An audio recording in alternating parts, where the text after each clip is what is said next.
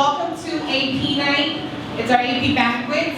We're going to begin with dinner. Dinner will be served in that area over there. And once everybody has their dinner served, we're going to go ahead and begin with the ceremony. While you are in dinner, we want to give a shout out to our AP art students. Their artwork is being showcased on the screen. Queremos dejarles saber que todo el arte que ustedes ven en la pantalla es hecha por nuestros estudiantes, así que estamos muy orgullosos de ellos. Entonces, sin más preámbulo, vamos a cenar. Let's have dinner. Your research-based set of classes where our students get to learn how to do upper undergraduate level and really graduate level research here in high school. So it's a really cool program, and we're actually about two weeks removed from the students presenting their team presentation for their score for the AP exam. So basically what they had to do was in their teams, they had to develop a research question based on a problem that they saw in life or in the world or in society. And they had to conduct individual research, examining and investigating the problem. And then they got together as a team to present possible solutions to that problem. So it's unique research. It's not anything regurgitated from stuff that's already been studied. These guys came up with it themselves. They did an amazing job. And what's really cool about tonight is you guys actually get to see a reproduction of those presentations. So the students were gracious enough to agree, maybe a little coerced, but agree to present their presentations to you guys. So this is their second time doing it. It's going to be great. I'm really excited that you guys get to see it. I'm really proud of them. So our first group is going to be a group of seniors that I've had the pleasure of teaching for the last 3 years. And they conducted research on, we're going to start off pretty serious tonight. They conducted research on the sex trafficking industry in South America. So if you guys want to come up, see what you got. Hello, my name is Lauren. I'm Nicole Garcia. I'm Melissa Nicole. And I'm Nicole Valiente. And our presentation has to do with sex trafficking across Latin American countries.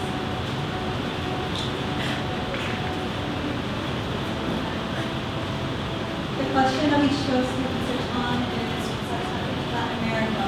Why is it happening, and how can we know about why it's happening or fix it? According to the U.S. Department of Health and Human Services, sex trafficking is a sexually manipulative commercial sex acts with the use of fraud and the use of force, and will pertain specifically to immigrants who are trafficked in the facility of deportation by being reported to immigration services and receiving their passport. And this is an issue because victims of sex trafficking are emotionally, sexually, and physically abused in the process or not obliged to the environment.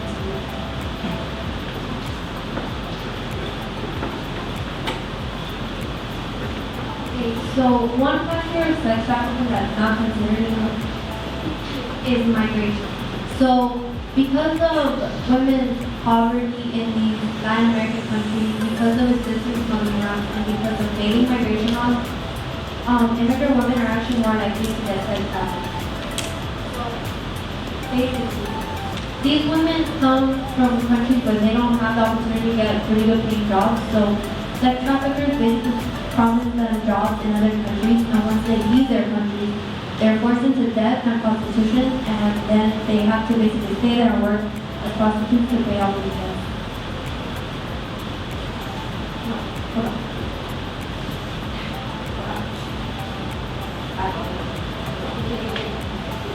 So this is made even easier because of existing smuggling routes. There's already a lot of illegal migration routes, so smugglers and sex traffickers work together to get these women out of their countries and into debt.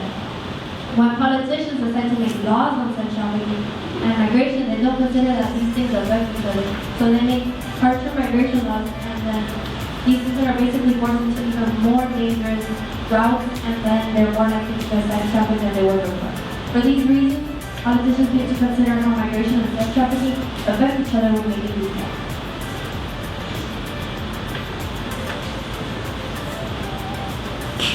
Okay, so another factor that's contributing to the expansion of the sex trafficking industry in Latin America is something called sex tourism. But what is sex tourism? You may be wondering. Well, according to a PhD graduate in global affairs, Melissa Rivera, sex tourism refers to travel to procure commercialized sexual services with locals. But in layman's terms, sex tourism refers to when individuals, in this case particularly male individuals, travel to foreign nations with the intent to take advantage of the relaxed regulations on prostitution in order to exchange money for sexual services. However, this goes beyond men just wanting to exchange money or to abuse women to fulfill their sexual desires. Latin American countries are now seeing this commodification of sex as an opportunity to fuel their economies. The problem is that developing nations, such as Latin American countries and the Caribbean, they depend on developing nations and the tourism that comes from there in order to fuel their economies. But due to problems that already exist in that country, such as poverty, low female job security, females see the sex tourism industry as an opportunity to escape the poverty and to give their children a better life as a means of income. Unfortunately, this leads to sex trafficking because women are putting themselves in positions where they can easily fall victim to the trap of being used for the economic gain of another person.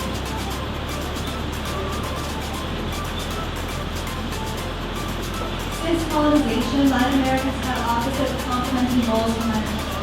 Men are expected to be aggressive and dominant, while women are supposed to be submissive and docile. We know these as machismo, bianismo, and sexualism. Since it's expected for men to be aggressive, it's not considered as a norm for them to be control of women. This extends to sexuality, as men are expected to have several partners, while women are supposed to only ever have one. This one aspect of machismo, bianismo is contradictory. Because of this, there's a large market for prostitution in Latin America now. In Mexico, for example, it's really common for young men to have their first sexual encounter in a brothel, and it's not unheard of for fathers to hire a prostitute for their son. Machismo behavior is typically learned from the father. Young boys learn to act like a man in ways like not crying and acting really strong. So instead of learning to feel their emotions in a healthy way, they often channel it into aggression. As they get older, this could affect the way that they treat the women that they are attracted to by forcing themselves onto them. And since women are expected to be subordinate to men, a lot of times they learn to put up with this kind of violence instead of speaking up about it. This idea that men are somehow entitled to women enables sex trafficking by looking at women as commodities and tools for men instead of people. Due to the normalized African culture in Latin America, forensic psychologists have prepared studies of aggression culture, O-oriented aggression, which comes as a result of the of worthlessness and loneliness, which is due to the male authority of the household, essentially invalidating the sense of bringing about compassion. And when the male attempts to establish dominance, this becomes to be sexually or physically abusing the son, which according to a mental health assessment of sexual violators, some of them experience shortcomings from childhood, such as emotional relationships due to the father not allowing them to express their emotional needs. And behavioral psychiatry states that these types of relationships with the father may lead to a developmental impairment in which the male cannot distinguish between aggressive behaviors and normal sexual behaviors.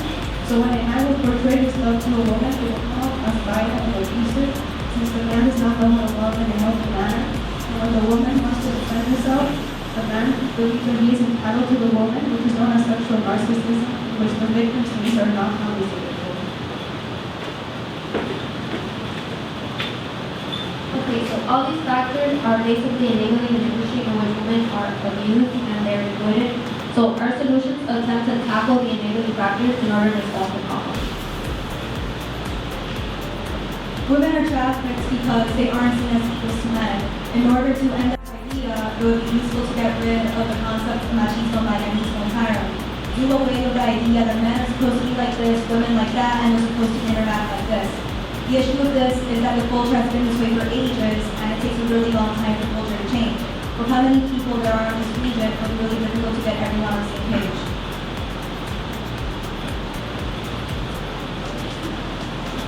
Another solution that we thought of was giving these women who have been trafficked visas. In order to stop the problem, we need to catch the perpetrators, but however, this doesn't happen because women don't report the cases. is because they're afraid of being deported by the police because they're illegal in these countries. So we could give them visas to continue and promote reporting cases. However, a drawback of this is that these women can lie and say that they have been sex trafficked in order to get visas. They will still need to prove that they have actually been sex trafficked. This might require further investigation on them and on the criminals, which would cost money and need further services, which countries may not be able to or women can provide. So after considering all these factors, we concluded that the best potential solution to deter the expansion of the sex trafficking industry is the creation of task forces. By task forces, we mean specialized sectors of law enforcement agencies across Latin American countries that would allow police officers, detectives, investigators to further investigate on sexual crimes reported, including those crimes that are reported but later retracted due to women's fear of their abusers or that their rights won't be protected by the government because they simply don't pay it. These task forces would also provide protective services for the sake of the victim through law programs that would further help the police officers help the victims.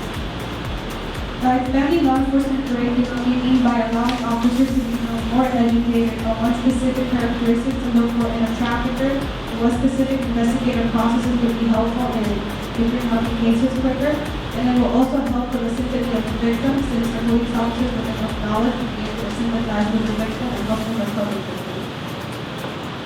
However, like anything in this life, nothing is perfect. Even a 90-degree angle is not perfect. And so there are drawbacks. For one, the government might not agree to the funding that is required for these task forces. Everything requires money to pay the investigators, to pay these specialized officers that know how to deal with the trauma, how to further look into them.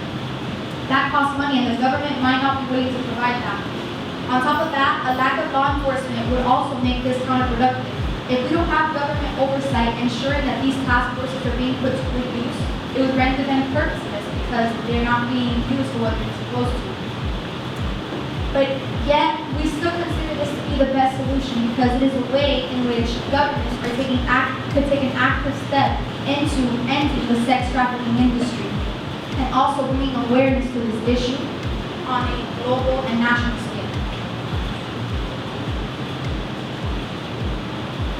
At the end of the day, these factors have all shown that the sex trafficking industry has a lot of things that go into it that you can't see with the naked eye. Economic problems, cultural problems, societal norms. And it takes a lot of time to be able to unpack those issues and be able to create solutions for them. But by doing things like this, drawing awareness, creating potential solutions, we are becoming active agents of change, and little by little, with progress, with more talk, with more advocacy, we can end this problem in the near future.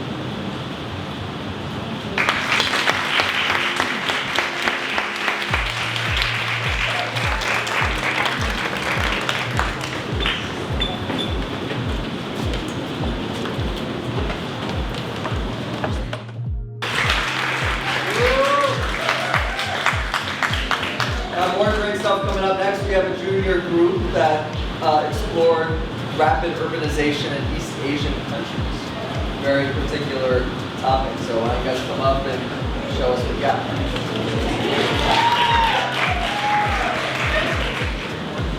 Good afternoon, fellow classmates and parents. My name is Angela, and these are my teammates from Maltese, Jonathan Palma, and Philip Manasso. Today we'll be talking about urbanization in Asia. Okay, so to further elaborate, we'll be talking about the effects of urbanization in Asia, which we mainly spoke about the negative effects.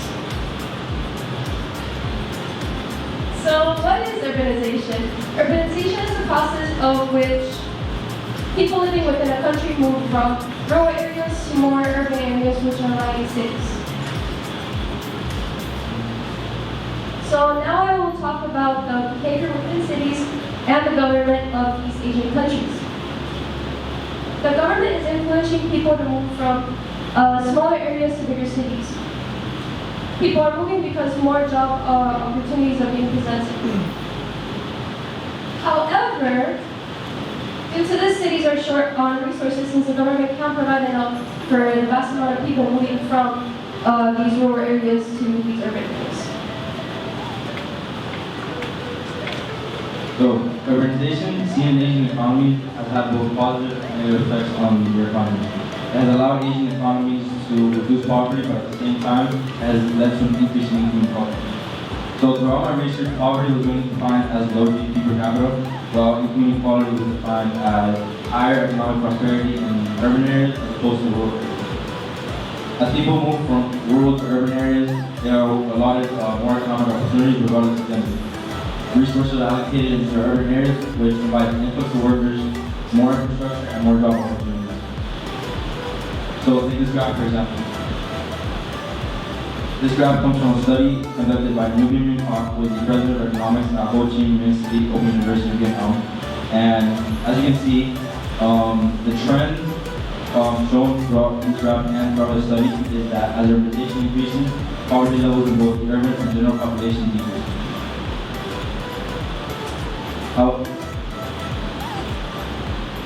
However, the economic growth and prosperity that comes with urbanization is stunted by the income inequality that restricts economic growth. As Kevin Gotham, professor of sociology at Tulane University puts it, workers moving into urban areas results in a lack of economic movement in rural areas. Robbie Camber, who is a professor of economics at Cornell University, found that urbanization contributed to a 300% increase in income inequality in the Philippines, a 50% increase in income inequality in Indonesia, and a 50% increase in income inequality in India.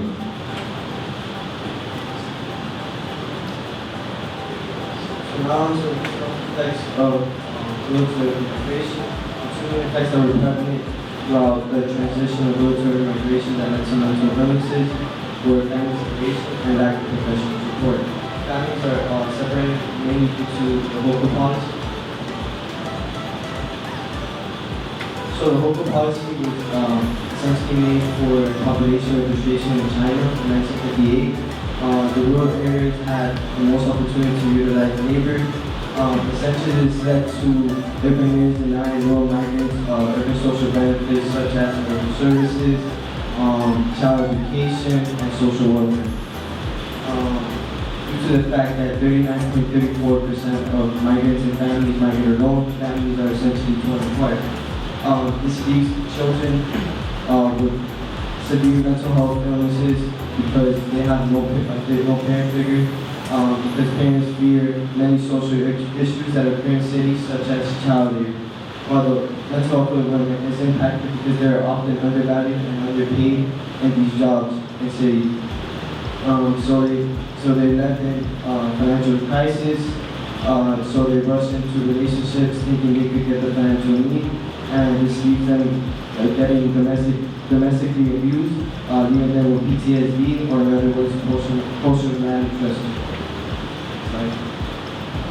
So as you can see in this graph, you have different countries on the left-hand side, and you have the number of psychiatrists on the right-hand side.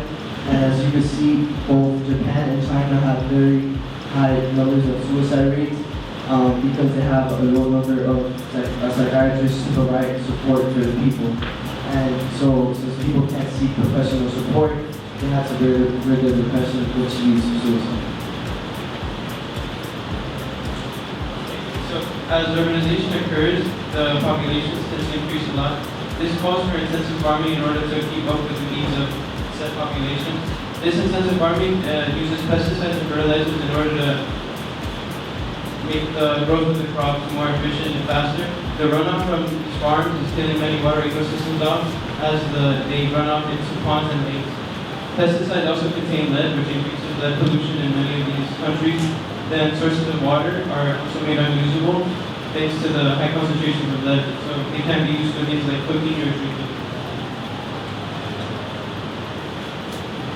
So onto the pollution effects.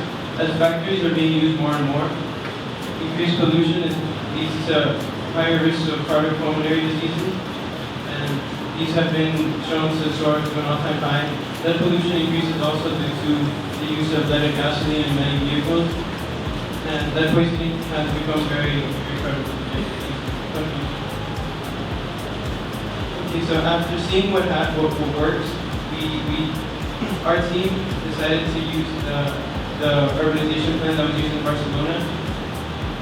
This urbanization plan reduces pollutants by giving a mobility plan in order to reduce the amount of cars, therefore reducing pollutants. They also limit overcrowding, since these super blocks that people are pushed into condenses the population of a small city to just 400 meters squared.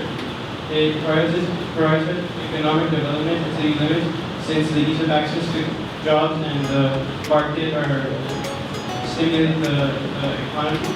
And there are these things called public spaces, which just give people a place to go and meditate and work out and work on their physical and mental health. And a limitation to this solution that we chose is that since it's only been used in a European setting, there's no way to know if it would work in an Asian country, since they have very different cultural and economic factors. So one of the solutions that we came up with as a team for the economic team solution was increasing urbanization to a threshold level of 0.7. The only country in Asia that has reached this threshold level is China. They have reduced poverty while also reducing inequality versus some different regular Asian countries because of this threshold level.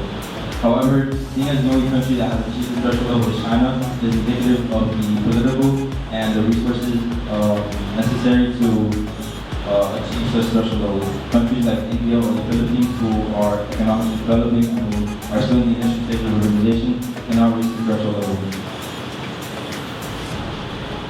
So lastly, another possible solution that we came up with is a new urbanization plan. The new urbanization plan calls for economic growth for rural to urban migrants, as it limits the speed in which they can in which they can be converted to urban residents, and it grants it grants them urban social benefits such as medical services, housing, and gives children access to education. However, the hope is just to use with that, as it limits the speed by 40 to 50 meters.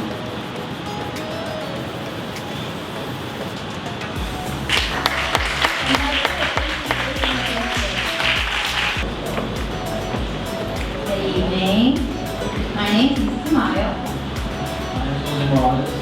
So to your Lord.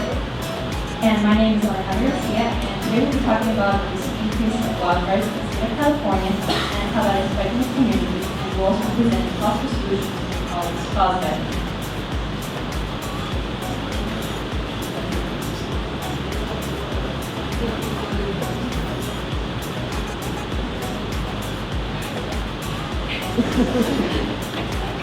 So now we will be discussing what are the causes of wildfires. There are many things that can lead to wildfires. However, as of now, researchers have found that one of the main causes of wildfires is climate change. Things such as strong winds and droughts can lead to a lot of wildfires. And as we can see in this picture over there are a lot of things that can happen to create the perfect conditions for wildfires to occur. It could occur due to simple sparks, and this often tends to be the case as hikers, campers, and hunters don't put out fires properly or moist. And when this occurs in an area that has a large amount of dead vegetation, fires are very prone to happen. So, what are the effects of wildfires? So, I had to discuss what were the environmental effects of wildfires, and if we can see on this graph that's to your right, we can see that it shows the amount of acres burned by wildfires in the last 20 years and the estimated amount of carbon dioxide emissions released into the atmosphere due to these occurring wildfires.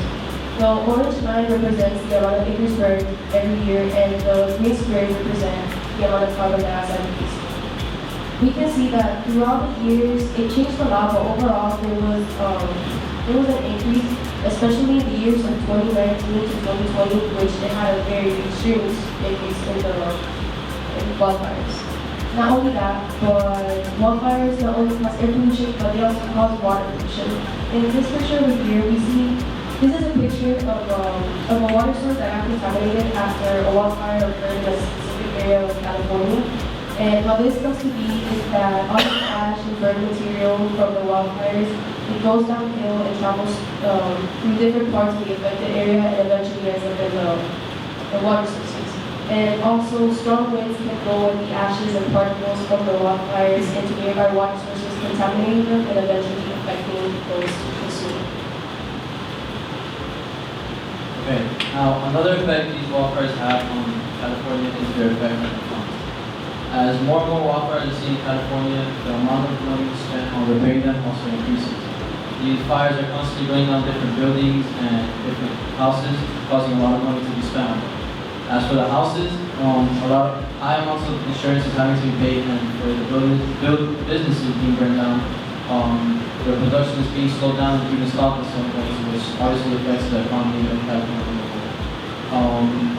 The federal government, in fact, actually spent $2.7 billion in repairing these wildfires in 2015, and from 2009 to 2019, just in California, $401 million was spent on repairing the wildfires.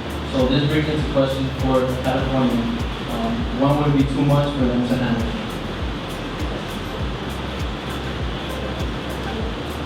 These California wildfires are also affecting the mental health of the California citizens. So they're not only experiencing PTSD, but they're also experiencing anxiety, depression, and even fear of ending death. In a study conducted by Saros Constantine as well as other researchers, analyzing the prevalence of PTSD 1 month after wildfires, 46.7% of participants were diagnosed with PTSD, while 51.1% of the sample experienced fear of imminent death.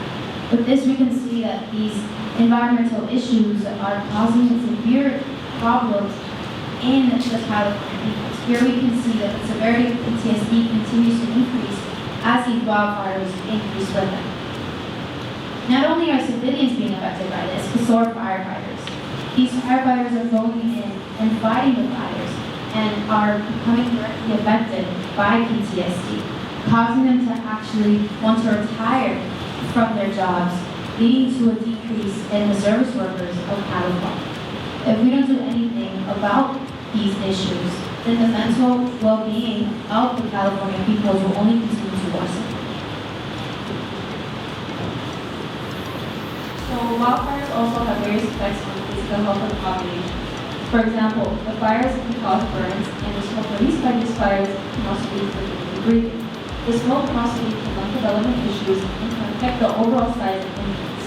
Constant exposure to the smoke can also worsen the effects, and the air continues to carry these pollutants to other countries and to the state. Damage to hospitals and other medical facilities also makes it very difficult to address these problems.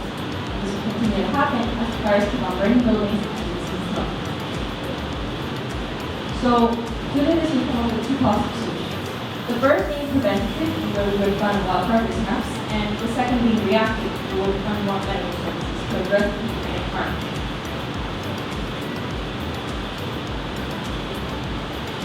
Okay, so the first possible reactive solution would be to increase government spending on hospitals and labs. If we increase government spending in hospitals, then that would mean that more materials are more accessible for the people that are in need and that have been damaged by these wildfires, for things such as lung problems and even for things that, or even for people that are affected mentally that have to do with anxiety and PTSD. Now, as the resources available right now are also improving, then giving more money to labs and hospitals means there's going to be more research in order to solve any problems that can be dealt with in the future. This solution is very possible, but there's one problem with it, is that the only way for the government to make this happen would be by taxing the people. And with such a high population like California, taxing the people, overly taxing the people just to provide help to these wildfires will obviously cause an issue in the long run for California and their economy.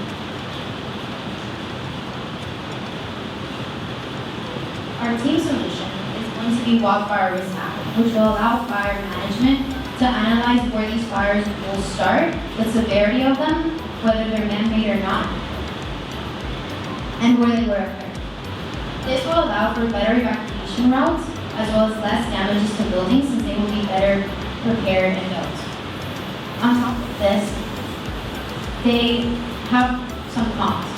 which include the amount of time that it would take to prepare these plans, along with the cost of these technologies that we would need to create. We would also need to analyze the pattern of past wildfires in order to be able to foresee future wildfires. So after discussing all of the solutions,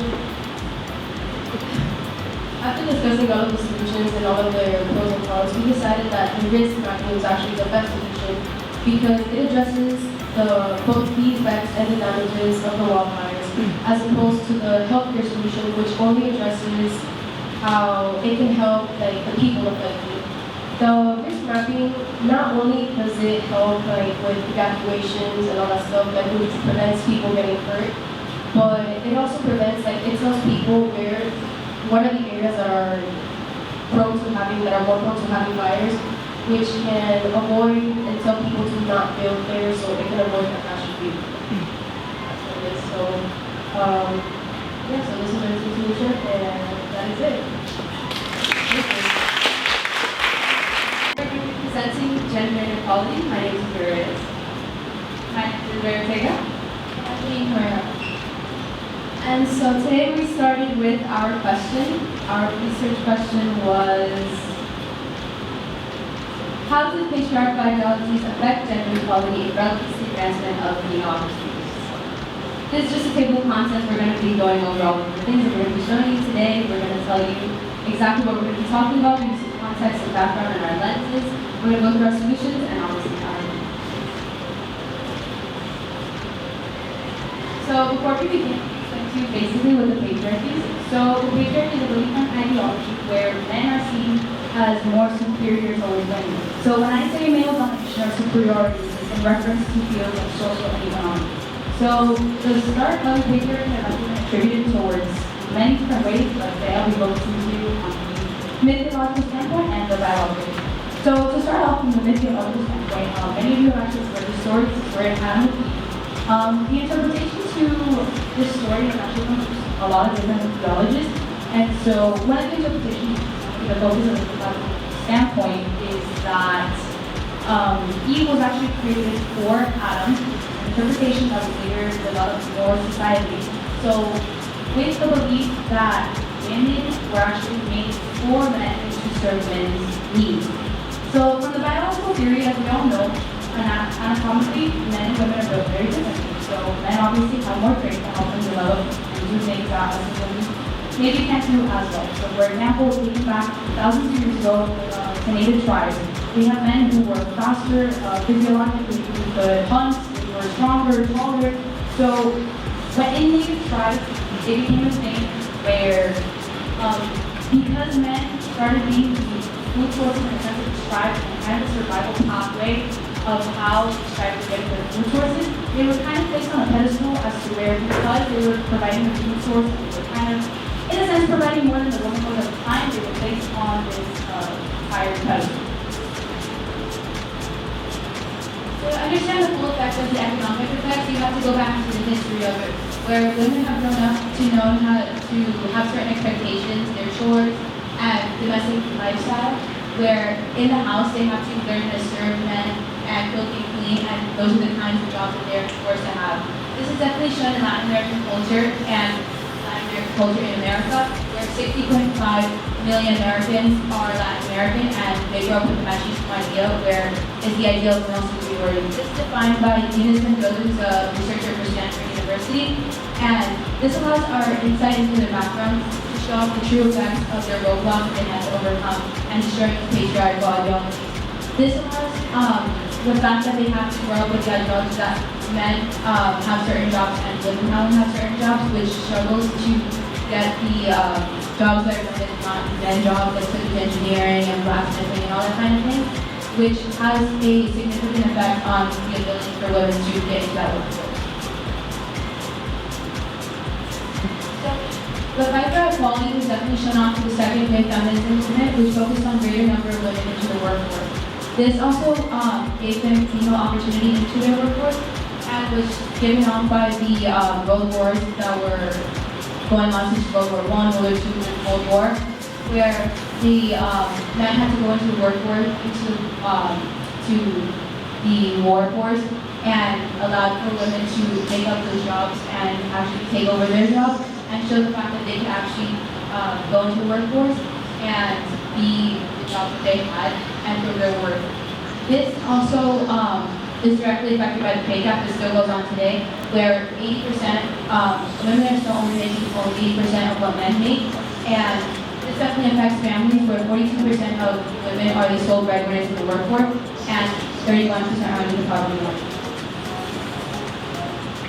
So now we're going to look at this from more of a political aspect, and we're going to look at 1917. We actually had the first woman in Congress, and she joined the House of Representatives. This was only a little over a century ago, and then we get to 1941, the first woman in the Senate.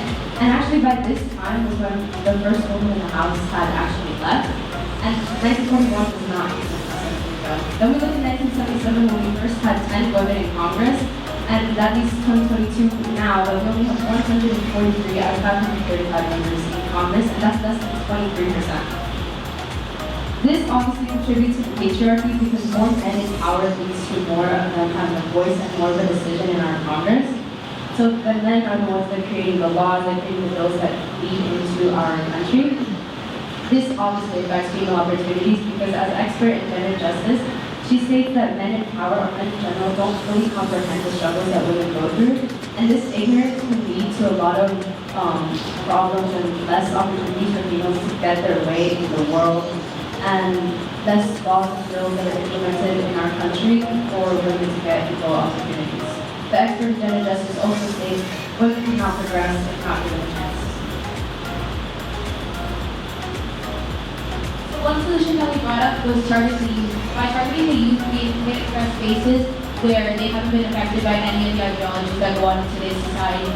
We are able to get rid of the boys will be boys attitude and just how it is by attacking the school force and the parents themselves that go on today's society. So like everything has its limitations, and while this is a brilliant idea, and yes, we can educate as much as we can implement as many things as we can into education and teaching kids what it is that we believe they should be learning in order to get rid of the patriarchy. This is virtually impossible. We can't do that because once you can educate all you want, you can do whatever you want, but as soon as the generation goes home, they are exposed to whatever their parents believe, and they growing up with these ideals and they learn, and this is what they end up believing. So changing a large group of people's ideas and trying to fit them into whatever you want them to believe and getting rid of something so massive is unrealistic. So our first solution is actually an extension of our second solution, and although the solution does seem a little big, our second solution was getting rid of the implementation of gender stereotypes. And actually, while it may seem as a really big goal, we actually see some of this happening today. So we now see women now, for example, being in where now women are going out and they're actually taking on more male-dominated roles. So now we see kind of the implementation between women and men sharing what should be more male roles. We also see mentorships and increased efforts to boost the number of women. So basically that means that we see more women now in STEM and aeronautics fields, and we actually have academic institutions that are now kind of giving the motivation towards these women and kind of giving them incentives to get into these male-dominated fields. So obviously, this is a huge goal, getting rid of gender stereotypes in a utopian world would be perfect, but because we're in the real world, this wouldn't necessarily work. Now, let me explain to you why. Gender stereotypes, especially in our society and individually in our cultures, are really deeply instilled. So let me give you an example that actually, while I was learning about this, I didn't realize that was part of this, and actually made me, really think about truly what the patriarchy and how far it's gotten.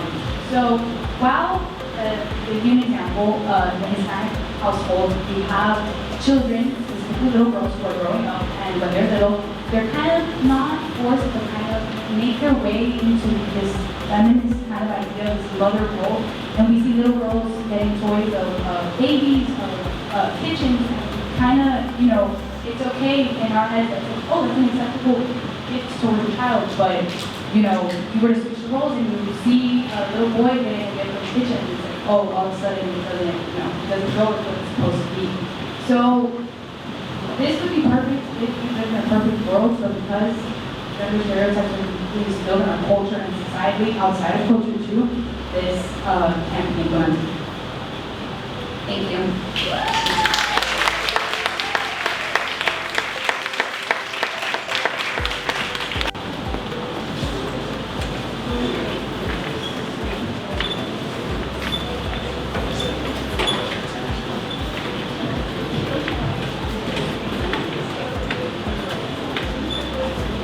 How about that? Great presentations, right? Let's also give it up for their teacher, Ms. Cooney. Great job with Rico. This is the first year of our capstone program, so we're very, very proud of our students. And then next year, they will be continuing to the second part of the program, and hopefully they will earn their AP capstone diplomas. So we're very, very proud of them. And now we're going to the next part of our evening.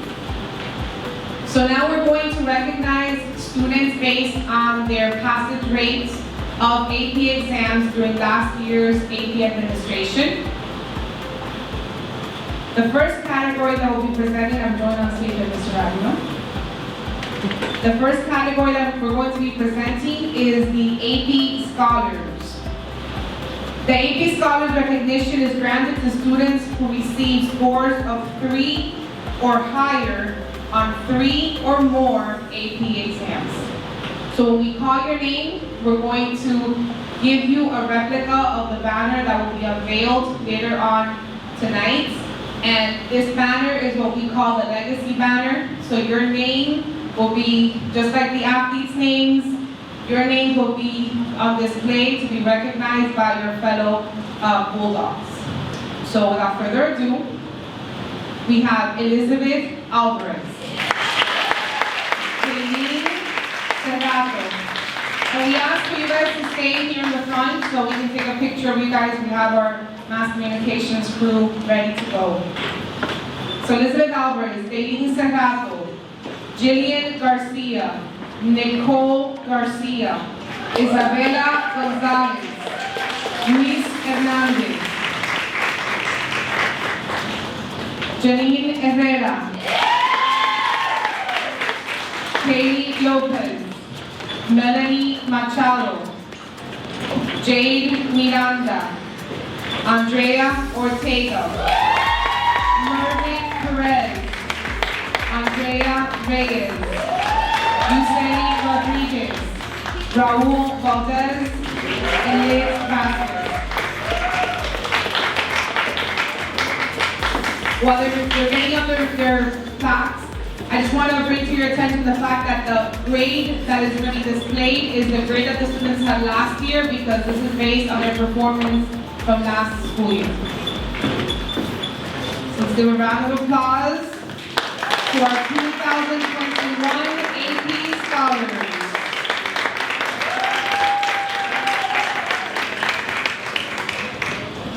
So this is granted to students who receive an average score of at least of 3.25 on all AP exams taken, and scores of 3 or higher on 4 or more of these exams. So let's remember that these exams and these courses are college level, so it takes a lot of work to accomplish this. With that being said, our recipients are Caleb Berinazo, Alejandra Garcia, and Lord Sayas.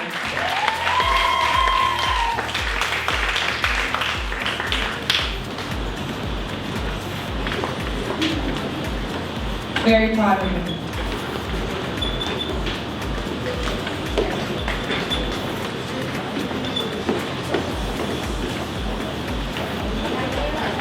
You gotta stand in the middle.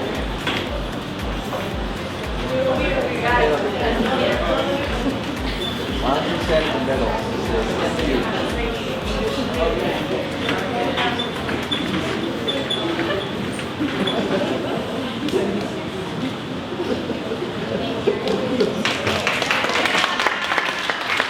Joining me on stage to distribute the third category recipients, we have Mr. Onel Leon.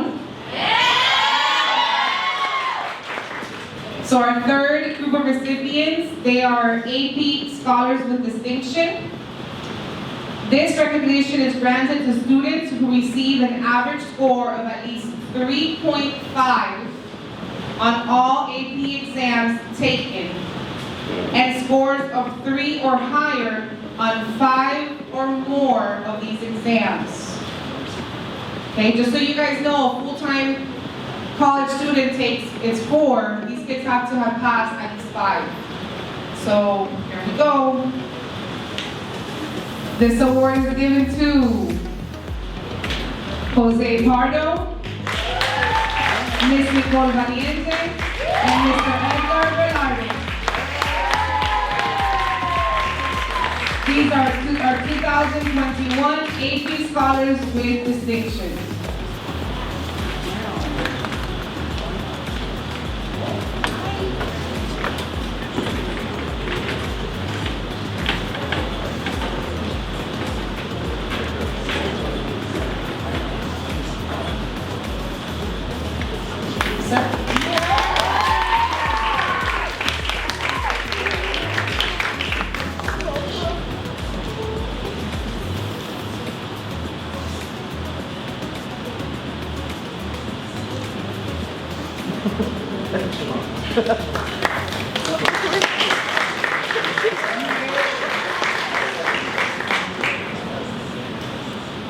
At this time, we're gonna unveil the 3 legacy banners.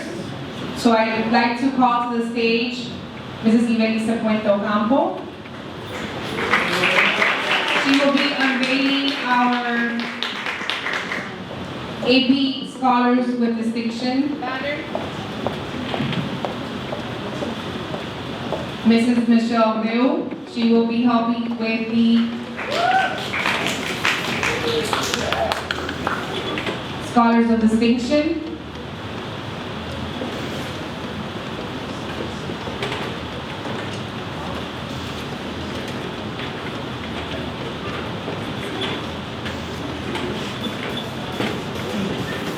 And then I will unveil the AP Scholars. So on 3 ladies. Hopefully, Willie's engineering worked. 1, 2, and 3.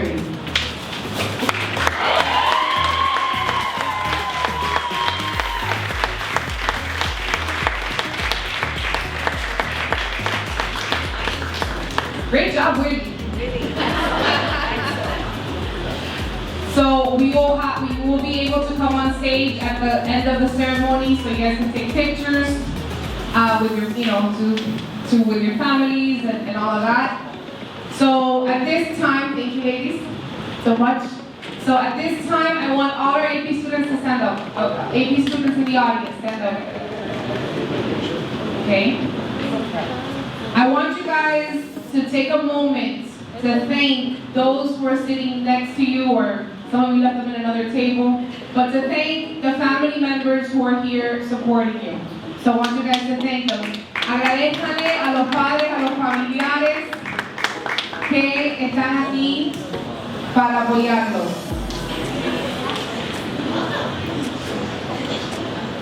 I also want you to thank your AP teachers who are here.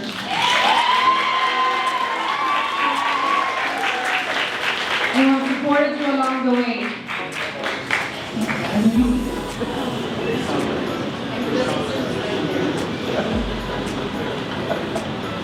On behalf of the AP team, thank you for trusting us to educate your children and for being our partners in this endeavor.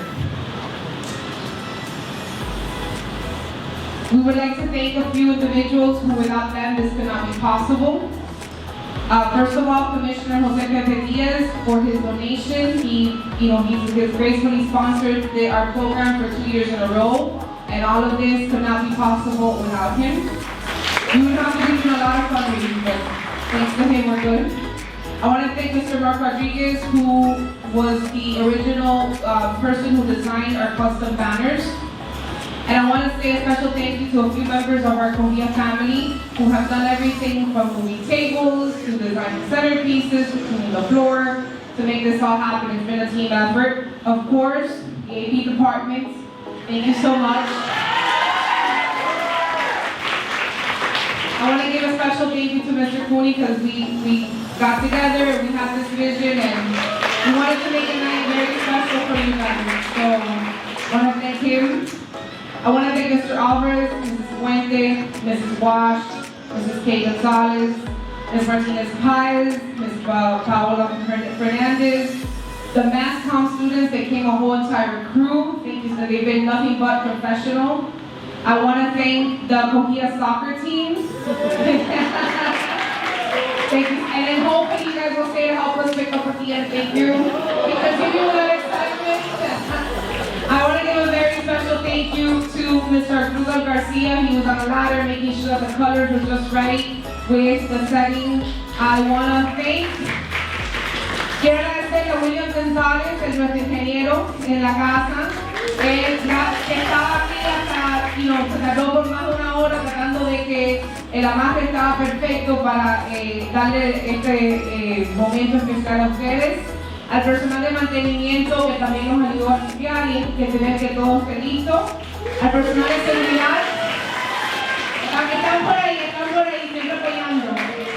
Y al personal de la seguridad que están por allá, ahí están viniendo por acá para saludarlo. Al personal de la cafetería, y sí, creo que gracias a todos. Esto definitivamente ha sido un trabajo de equipo y estamos muy orgullosos de todos nuestros niños y por eso es que hicimos lo que hicimos para que ellos se sintieran apreciados. So thank you so much for joining us this evening. It's definitely been a team effort and I just wanted to take a moment to thank everybody. So thank you so much. I love you all.